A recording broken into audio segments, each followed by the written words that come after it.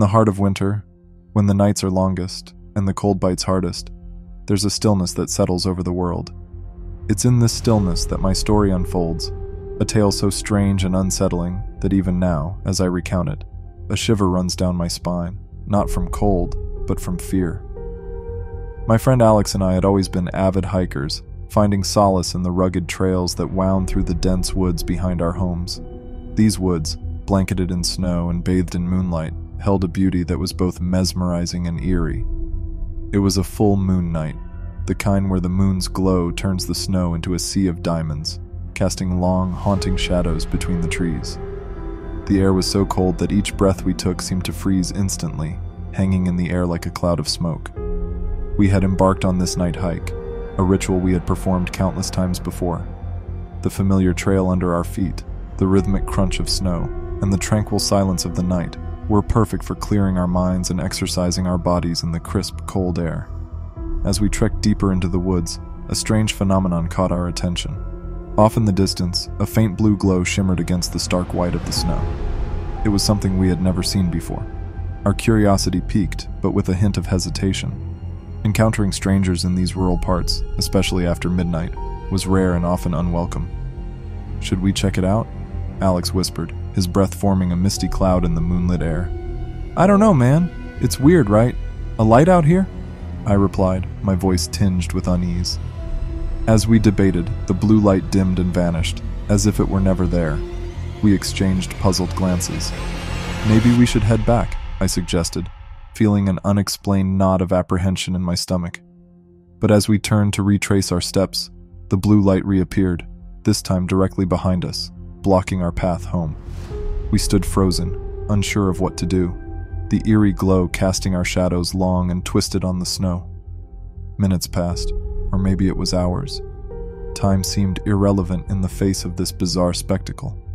The air grew even stiller, if that was possible, and then without warning, blue lights ignited to our right, then to our left, and finally behind us. We were surrounded by an otherworldly luminescence that grew brighter and more intense, painting the snow in surreal shades of blue. The air around us became charged, as if electrified, and then it happened.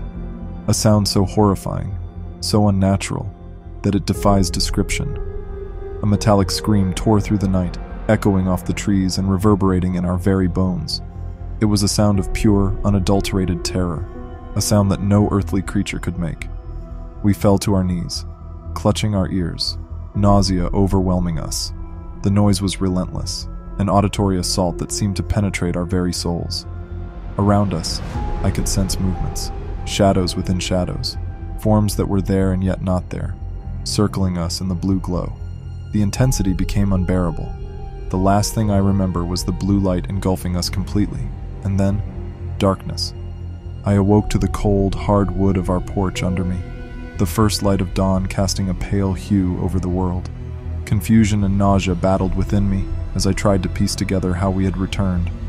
Alex was beside me, equally disoriented and shivering uncontrollably. We stumbled inside, desperate for the warmth of the wood-burning stove and the comfort of hot tea. As we sat, trying to make sense of the night, a deep-seated fear took root in us. Something was wrong, fundamentally altered within us, but what? Days turned into weeks, and although we never spoke of it, the experience lingered like a shadow at the edge of our consciousness. We continued our hikes, but night treks under the full moon were now off-limits. A primal part of us knew, instinctively, that whatever we had stumbled upon that night was powerful, otherworldly, and it had let us off easy. But the most unsettling part, the aspect that haunts my dreams to this day, is the feeling that whatever emitted those blue lights, whatever screamed in the night, is still out there, in the woods behind our homes, watching, waiting. And sometimes, in the dead of night, when the world is silent and the moon casts its glow over the snow, I can hear it, a sound not of this earth, a reminder that we are not alone in the darkness.